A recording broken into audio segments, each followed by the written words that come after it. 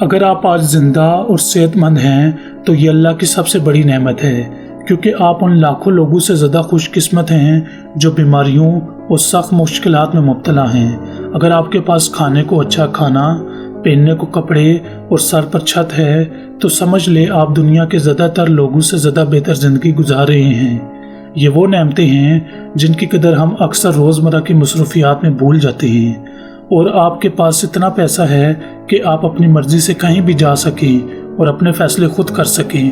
تو آپ واقعی خوش نصیب ہیں، کیونکہ دنیا کے صرف چند فیصد لوگ ہی یہ آزادی رکھتے ہیں۔ اور اگر آپ یہ پیغام پڑھ یا سن سکتے ہیں اور اس سے سمجھ سکتے ہیں تو آپ ان اربوں لوگوں سے زیادہ خوش قسمت ہیں جو دیکھنے، سننے یا سمجھنے کی صلاحیت سے محروم ہیں۔ زندگی شکوے کرنے کے لیے نہیں بلکہ شکر ادا کرنے،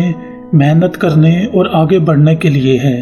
اپنے دکھوں کو دوسروں کے سامنے دہرانے کی بجائے ان سے سبق سیکھیں، خود کو مضبوط بنائیں اور اپنی کامیابی کی کہانی خود لکھیں، کیونکہ اصل طاقت شکایت میں نہیں بلکہ صبر، شکر اور مسلسل جدوجہد میں ہوتی ہے۔